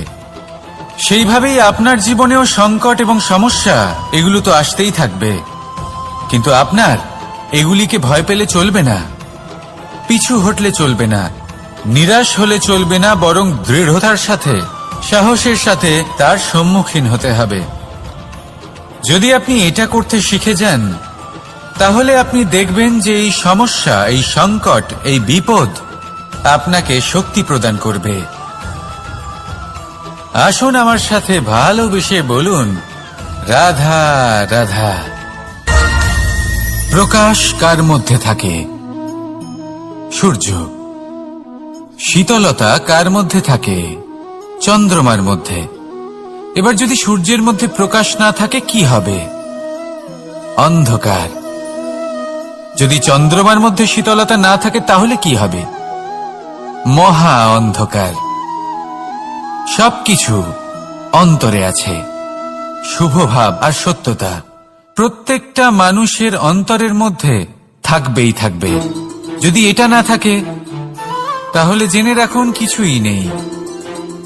যেমন একটা প্রদীপ যা জ্বলছে, যা প্রকাশ দিচ্ছে, অন্ধকারে আমাদের পথ প্রদর্শন করছে। কেন জ্বলে? কারণ ওর মধ্যে একটা সলতে আছে যা জ্বলছে। সলতে কেন জ্বলে? কারণ তার ভিতর ঘি আছে যা ওই সলতেকে জ্বলতে সাহায্য করে। সবকিছুই আমাদের মনের ভিতরেই রয়েছে, ভালো ভাব এবং সততাও। এই নিয়েই কর্ম করতে থাকুন আর জীবনের সামনে এগোতে থাকুন। সমস্ত জীবন আলোকিত হয়ে উঠবে। আসুন আর আমার সাথে ভালোবেসে বলুন, রাধা রাধা। লক্ষ্যে পৌঁছানো অত্যন্ত কঠিন হয়। কেউ ভাবেন যে কেন এত কঠিন হয়, কেন এত কষ্ট করতে হয় লক্ষ্যে পৌঁছানোর জন্য। এই লক্ষ্য সরলভাবে কেন আমার কাছে চলে আসে না? চলুন আপনাকে একটা কথা বলি, যদি আপনার লক্ষ্য কঠিন না হয় তাহলে তাকে পাওয়া আপনার পক্ষে অসম্ভব হয়ে উঠবে। লক্ষ্যে পৌঁছানোর এই রাস্তায় আপনি যে কড়া রোদের সম্মুখীন হন, যার থেকে আপনি দূরে পালাতে চান, সেই রোদ আপনাকে প্রেরণা যোগায় যে আপনি এগোতে থাকুন। ভাবুন একজন যাত্রী যে কিনা নিজের লক্ষ্যের দিকে যাচ্ছেন, সেই পথে উনি যদি একটু ছায়া পেয়ে যান আর উনি ওখানে বিশ্রাম নেন, তাহলে তার সাথে তার ভাগ্য গভীর নিদ্রায় সেখানে বিলীন হয়ে যায়।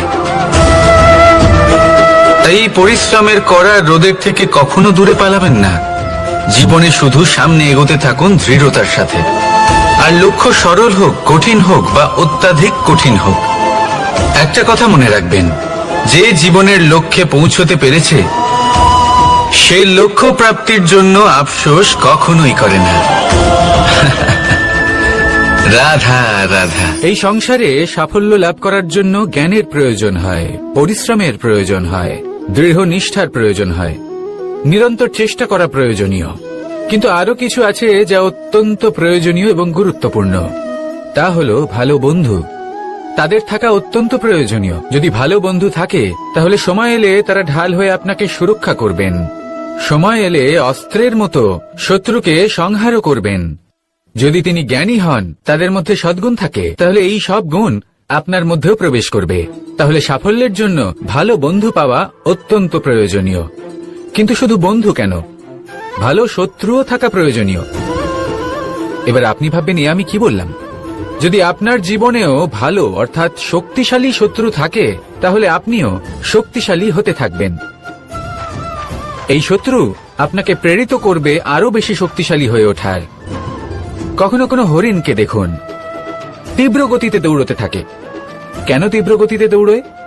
এই কারণে নয় যে কোথাও তার জন্য মধুর ঘাস অপেক্ষা করে রয়েছে, না। সে এই কারণে তীব্র গতিতে দৌড়য় কারণ সেটা না করলে তার পেছনে একটি সিংহ আছে যে ওকে নিজের ভোজন করে ফেলবে। তাই জীবনে বিপদ, সংকট, এই সবকিছুও হলো অত্যন্ত গুরুত্বপূর্ণ।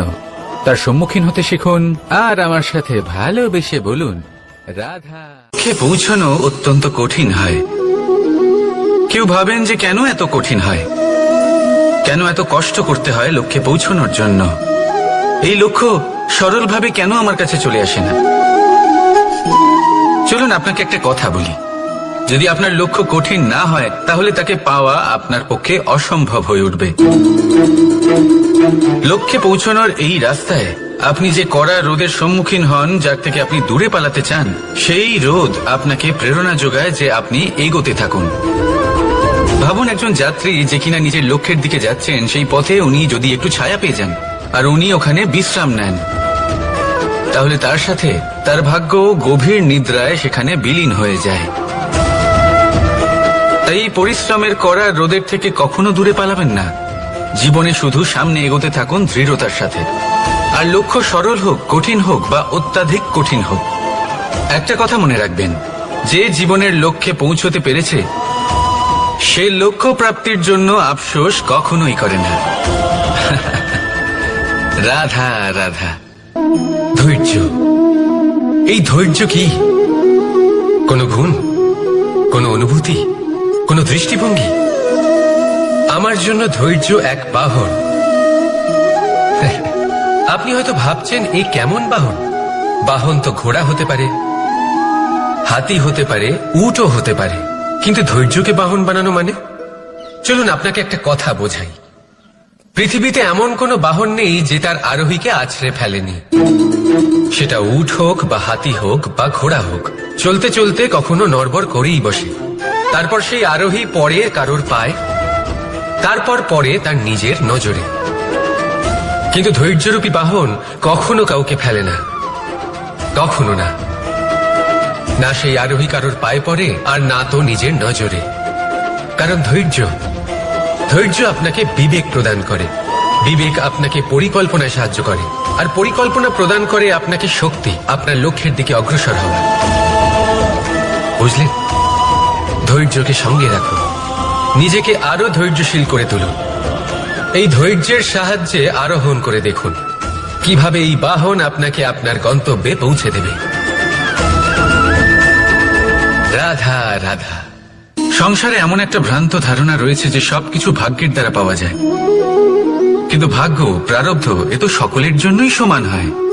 এটা তো ব্যক্তির উপরে নির্ভরশীল হয়, তার আকাঙ্ক্ষার উপরে নির্ভরশীল হয়, বাসনার উপরে নির্ভরশীল হয়, স্বভাবের উপরে নির্ভরশীল হয় যে উনি সেটা নিয়ে কি করেন। দেখুন, এই প্রসাদ কিন্তু সকলকেই দেওয়া হয়, কিন্তু তা গ্রহণ করবেন কিভাবে সেটা ব্যক্তির উপরে নির্ভর করে। আপনাকে এক উদাহরণ দিই। যেমন ধরুন, দুজন মানুষকে আমি একটা করে মাটির ডেলা দিলাম, সেটা নিয়ে তারা কি করবেন? একজন মানুষ তার ছোট ছোট ডেলা বানাবেন আর পথযাত্রীদের ওপরে ছুঁড়ে মারবেন, হাসি ঠাট্টা করবেন, তাদের বস্ত্র নোংরা করে দেবেন, সেটাতেই উনি আনন্দ পাবেন। অন্যদিকে দ্বিতীয় ব্যক্তি সেই মাটির ডেলা দিয়েই নিজের জন্য একটা কুঁড়ে ঘর বানাবেন। সেই কুঁড়ে ঘর যা রোদেতে, বৃষ্টিতে, ঝড়ে তাকে সুরক্ষিত রাখবে। অনুভূতি, এই অনুভূতি বদলাতে শিখুন। এই অনুভূতি অত্যন্ত গুরুত্বপূর্ণ। ভালোবাসাতেও এই অনুভূতি হলো অত্যন্ত গুরুত্বপূর্ণ। ভালোবাসা সে বন্ধুর সাথে হোক, মা বাবার সাথে হোক, ভাই বোনের সাথে হোক, স্ত্রীর সাথে হোক, যে কারোর সাথে হোক। মনে রাখবেন, এই হলো সেই অনুভূতি যা আপনার ভাগ্য নির্ধারণ করে থাকে। তাহলে আসুন আমার সাথে প্রেমের অনুভূতি নিয়ে বলুন, রাধা রাধা। লক্ষ্য, পথ আর সাফল্য, এই তিনটেই একে অপরের সাথে জড়িত, কিন্তু অনেকবার মানুষ এদের ঠিকভাবে বুঝতে পারেন না। তারা ভাবেন যে যেরকম লক্ষ্য হবে সেরকমই পথ হবে, সেই মতোই লক্ষ্য কঠিন হলে পথ কঠিন হবে, লক্ষ্য সরল হলে পথও সরল হবে। যদি আপনাকে আসল সত্যের সাথে অবগত করাই, তাহলে দেখবেন সবকিছুই এর উল্টো। লক্ষ্য নিজের পথ বানায় না, পথ সেটাই যেটা আপনি স্বয়ং নির্বাচন করে আপনি নিজে বানান।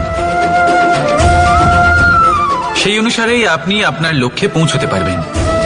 সেই জন্য জীবনে যখনই লক্ষ্যে পৌঁছানোর পথের বিষয়ে আপনি কোনো সিদ্ধান্ত নেবেন, তাহলে তা ভেবে চিন্তে নেবেন, কারণ এই পথ অত্যন্ত গুরুত্বপূর্ণ। পথ যদি শুভ হয়, তাহলে লক্ষ্য আপনা থেকেই শুভ হয়ে যায়। তাহলে আসুন আমার সাথে ভালোবেসে বলুন, রাধা রাধা।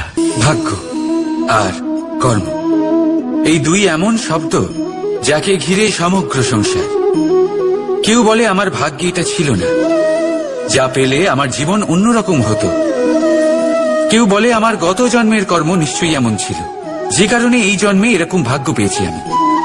এসব বাদ দিন আর একবার শান্ত চিত্তে ভাবুন। আপনি বুঝতে পারবেন যে ভাগ্য আর কর্ম এই দুই এই জন্মের।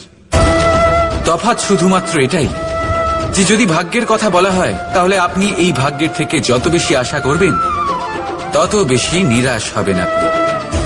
কারণ এই আশা আপনাকে কর্ম করা থেকে আটকায়। যদি কথা বলা হয় কর্মের, তাহলে নিজের কর্মের প্রতি যত বিশ্বাস রাখবেন, তত বেশি সফলতা আপনার কাছে আসবে।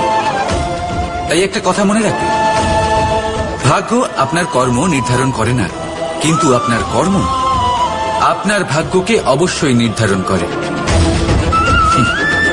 রাধা রাধা।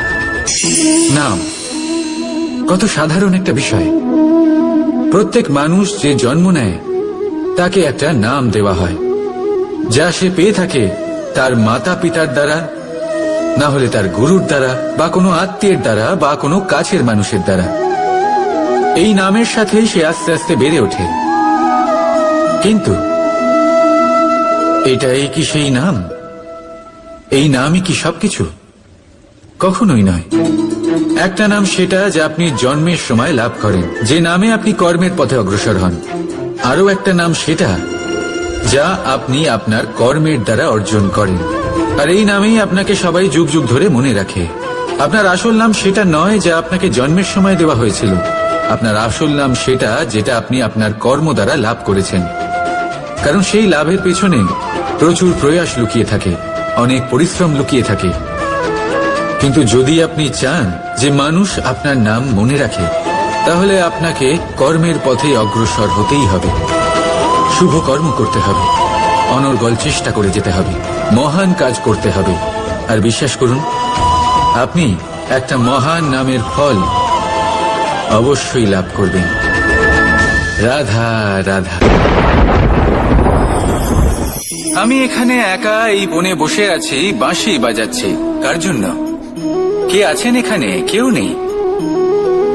আমার প্রজা, আমার রাজ্য, আমার পরিবার আমার থেকে অনেক দূরে আছেন। আমি এখানে একা এই বনে বসে এই আকাশের এই রঙের, গাছের এই সব ফলের, মাটির সুবাসের আনন্দ উপভোগ করছি। কেন? আমি হলাম দ্বারকাধীশ। এমন কি রাজকীয় বা ভৌতিক সুখ রয়েছে যে আমি ওখানে পেতে পারি না? সবকিছুই পেতে পারি, তাও এখানে বনে একা বসে আছি। কোন সুখ খুঁজে চলেছি? একা থাকার সুখ। আমরা প্রত্যেকদিন অনেক মানুষের সাথে, চিন্তাধারার সাথে, কর্মের সাথে, পরিস্থিতির সাথে, সুখ দুঃখের দ্বারা বেষ্টিত থাকি। জীবনের এই চক্রে আমরা জড়িয়ে পড়তে থাকি। যতই আমরা এই সমস্যার সমাধান করি, আমরা ততই এতে জড়িয়ে পড়ি। আমরা এতটাই জড়িয়ে পড়ি যে যখন আমরা আয়নায় নিজেদের দেখি, তখন আমরা নিজেদের চিনতেই পারি না। এমন মনে হয় যেন আমরা নিজেদের হারিয়ে ফেলেছি। সেই জন্য প্রত্যেক দিন আপনি কিছু সময় নিজের সাথে কাটান একান্তে। এটা অত্যন্ত আবশ্যক। নিজের অস্তিত্বের গভীরে গিয়ে দেখতে শিখুন, নিজেকে বুঝুন। অদ্ভুত শান্তির অনুভূতি হবে। যেমন এই বায়ু, এই বৃক্ষ, এই পুষ্প, এই নিসর্গ, এদের মতো আপনিও কখনো একলা হতে শিখুন। কখনো নিসর্গের একটা অংশ হয়ে দেখুন। এই মন প্রসন্ন হয়ে বলবে রাধা। একবার একটা শেয়াল বনে বিচরণ করছিল। ও একটা ছোট্ট শাবক দেখতে পেল। ও ভাবলো, আজ একেই আমি খাবার হিসেবে গ্রহণ করব। আশেপাশে দেখলো কেউ দেখছে না, তো কেউ ছিল না। আর সেই শাবকের ওপর আক্রমণ করল, যা হলো একটা ঘোর অপরাধ। বনের নিয়ম অনুসারে আপনি কখনোই শাবকের ওপর আক্রমণ করতে পারেন না। তারপর এই খবরটা যখন রাজা সিংহ জানতে পারলেন, সভার আয়োজন করলেন। কিন্তু সেখানে শেয়াল বলল, আমি তো এরকম কিছু করিনি। কিন্তু যদি আপনি এরকম বলেন, কোনো প্রমাণ দিন, এর কোনো সাক্ষী আছে? তখন রাজা সিংহ পেঁচাকে ডেকে পাঠালেন, যে সেই মুহূর্তে বৃক্ষের শাখার ওপর বসেছিল। সে সব কিছু দেখেছিল। পেঁচা সব সত্যি কথা বলল, আর শেয়ালকে মৃত্যুদণ্ড দেয়া হলো। এবার এই কাহিনী আমি আপনাকে কেন শোনালাম? কারণ মানুষও কখনো কখনো এরকম কর্ম করেন যা শিয়াল করেছে। এটা ভাবেন কেউ দেখছে না, যখন আমি অনুচিত কর্ম করতেই পারি। কিন্তু না, আপনি যাই করুন না কেন, কেউ না কেউ অবশ্যই তা দেখছে। কোনো ব্যক্তি না হলেও কোনো প্রাণী, না হলে কোনো যক্ষ বা দেব বা প্রেত। যদি এনারা কেউ না দেখেন, তাহলে ধরিত্রী মাতা দেখেন, যেখানে দাঁড়িয়ে আপনি সেই কর্ম করছেন, তাই না? তাই একটা কথা সবসময় মনে রাখবেন, কে দেখছেন কে দেখছেন না সেই বিষয়ে ভাবা ছেড়ে দিন। এটা খুব সহজ কথা। আপনি যদি উচিত কর্ম করেন, উচিত ফল পাবেন। যদি অনুচিত কর্ম করেন, তাহলে আপনি অনুচিত ফল অবশ্যই পাবেন। সেই জন্য উচিত পথে চলতে থাকুন, উচিত কর্ম করতে থাকুন, আর আমার সাথে ভালোবেসে বলুন রাধা রাধা। বাহ, পুষ্পের সুবাস আমার খুব ভালো লাগে। অত্যন্ত সুন্দর হয় এই পুষ্প। এইভাবে চারিদিকে পুষ্প দেখে মন আনন্দিত হয়ে ওঠে। এবার আপনারা ভেবে দেখুন, আমার চারিদিকে পুষ্প নয়, আগুন আছে। তাহলে কি হবে? আমার শরীর কি জ্বলে যাবে না? অবশ্যই জ্বলবে। শরীরকে কি আগুনের তাপ সহ্য করতে হবে না? অবশ্যই সহ্য করতে হবে। এটাই হলো প্রকৃতির নিয়ম।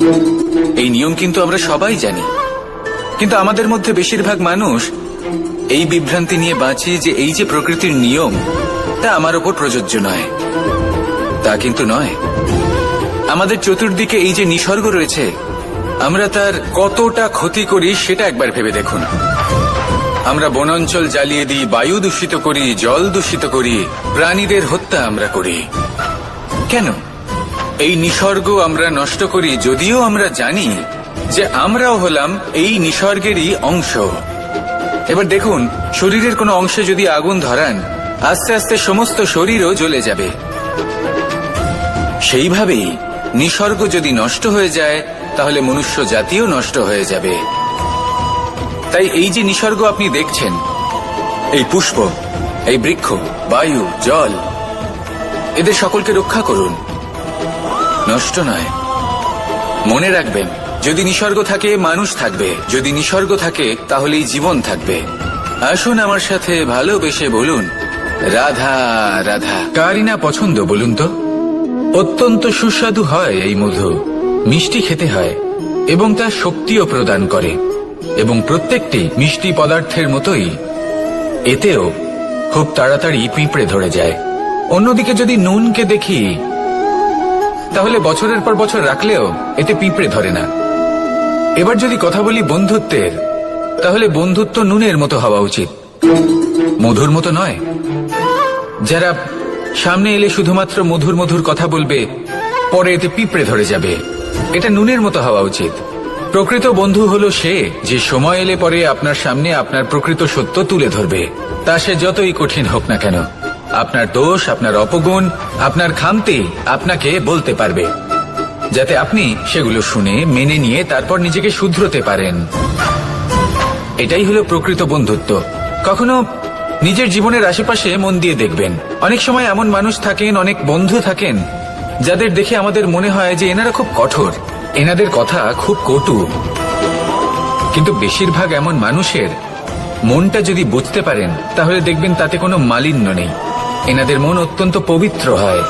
যদি আপনার জীবনেও এমন কোনো ব্যক্তি থেকে থাকে, এমন বন্ধু থাকে, তাহলে তাদের আগলে রাখুন আর আমার সাথে ভালোবেসে বলুন, রাধা রাধা। যতক্ষণ আমরা এই সংসারে জীবিত, ততক্ষণ আমাদের সাথে সবকিছু থাকে। আমাদের ধন, সুখ স্বাচ্ছন্দ্য, আমাদের মিত্রগণ, আমাদের পরিবার, এই সমাজ, এই সবকিছু আমাদের সাথে থাকে। যেদিন আমরা এই সংসারকে ত্যাগ করব, এদের মধ্যে কেউ আমাদের সাথে যাবে না, না ধন, না স্বাচ্ছন্দ্য, না সম্পত্তি। এই সকল মানুষ, এই সমাজ, এরা শুধুমাত্রই শ্মশান পর্যন্ত আমাদের সাথে থাকতে পারবেন। তারপরে যদি আমাদের সাথে কিছু যেতে পারে, তাহলে তা শুধুই আমাদের ধর্ম। আর এই সংসারে আমরা নিজেদের যে সুনাম রেখে যাই, সেটা সম্ভব শুধুমাত্র কর্মের দ্বারা। সেই জন্য সংসারে যতদিন পর্যন্ত জীবিত আছেন, যদি কিছু অর্জন করতে চান, তাহলে ধর্ম অর্জন করুন, ধর্মের বিষয়ে স্পষ্টতা অর্জন করুন এবং কর্ম অর্জন করুন। এটাই হবে আপনার অতীত এবং এটাই হবে আপনার ভবিষ্যৎ, এবং এটাই সকলকে প্রেরণা প্রদান করবে। আসুন আমার সাথে ভালোবেসে বলুন, রাধা রাধা। কোনো যাত্রায় যাব বলে মনে করি, তখনই আমরা প্রস্তুত থাকি আসন্ন বিপদের জন্য বা সংকটের জন্য। যেমন যদি আমাদের মনে হয় যে আজকের পরিবেশ খুব ঠান্ডা হবে, তাহলে আমরা গরম বস্ত্র ধারণ করি বা সেটাকে সাথে নিয়ে যাই। যদি মনে হয় যে বৃষ্টি হতে পারে বা বৃষ্টি হয়ে চলেছে, আমরা দেখছি, তাহলে আমরা একটা ছাতা সাথে নিয়ে নিই। আমরা প্রস্তুত থাকতে চাই এবং এটাই উচিত, এবং সেই কারণেই আমরা যাত্রায় সাফল্য লাভ করি। কিন্তু যদি আমরা কথা বলি জীবনযাত্রা নিয়ে, যা কিনা সব থেকে বেশি গুরুত্বপূর্ণ, তাহলে তার জন্য আমরা পূর্ণরূপে প্রস্তুত থাকি না। আশেপাশের মানুষ, এই সমাজ, আমাদের সাথী, আমাদের মিত্ররা যে কোনো মুহূর্তে বদলে যেতে পারেন। সেই জন্য আমরা নিজেদেরকে কখনো সাবধান করি না, কখনোই নিজেদের প্রস্তুত করি না। আমাদের এটা কখনোই মনে হয় না যে এরকম হতে পারে, আর সেই কারণেই শেষে গিয়ে আমরা অত্যন্ত দুঃখ পাই। একটা অমূল্য শিক্ষা আছে যেটা আমাদের লাভ করা উচিত, সতর্ক থাকা উচিত। এই জীবনযাত্রার জন্য শুধুমাত্র এই পরিবেশের বিষয়ে তথ্য সংগ্রহ করা বা তাকে অনুমান করা, এটুকু হলেই চলবে না। আমাদের আশেপাশের মানুষজনকে দেখতে হবে, তাদের স্বভাব, পরিস্থিতির ওপর নজর রাখতে হবে। যখন তারা রং পাল্টাচ্ছেন নজর রাখতে হবে, তা অত্যন্ত আবশ্যক। পরিবর্তন আপনার জীবনে অবশ্যম্ভাবী, সঠিকভাবে তার সম্মুখীন হন। আসুন আমার সাথে ভালোবেসে বলুন, রাধা। এই সংসারের সব থেকে বড় সুখ কি? কেউ বলবেন নিজের লক্ষ্য প্রাপ্ত করা, কেউ বলবেন ধন উপার্জন করা, কেউ বলবেন নিদ্রাই সব থেকে বড় সুখ, কেউ বলবেন রাজ্য লাভ করা, আবার কেউ বলবেন মাতার হাত থেকে খাবার খাওয়া, আদি ইত্যাদি। কিন্তু যদি সত্যি কথা বলি, এই সংসারের সব থেকে বড় সুখ হল সেবা করা। কখনো কাউকে সেবা করে দেখুন। এই সেবা দ্বারা অন্য কোনো মানুষের আশীর্বাদ লাভ করাতেই সুখ রয়েছে। আপনার সেবা ভাব দ্বারা যখন কোনো মানুষ নিজের অন্তরাত্মা থেকে আপনাকে আশীর্বাদ করে, তার থেকে বড় সুখ আর কিছুই নেই। কারণ প্রত্যেক মানুষের মধ্যে ঈশ্বর বাস করেন। নরের সেবাই হল নারায়ণের সেবা। নিষ্কাম সেবা করাই হল সব থেকে বড় সুখ। তাই নিজের অন্তরে সেবার এই ভাব জাগ্রত করুন। যে সুখের কথা আমি বলছি, সেই সুখ অনুভব করেই দেখুন। এই মন সুপ্রসন্ন হয়ে বলবে, রাধা রাধা।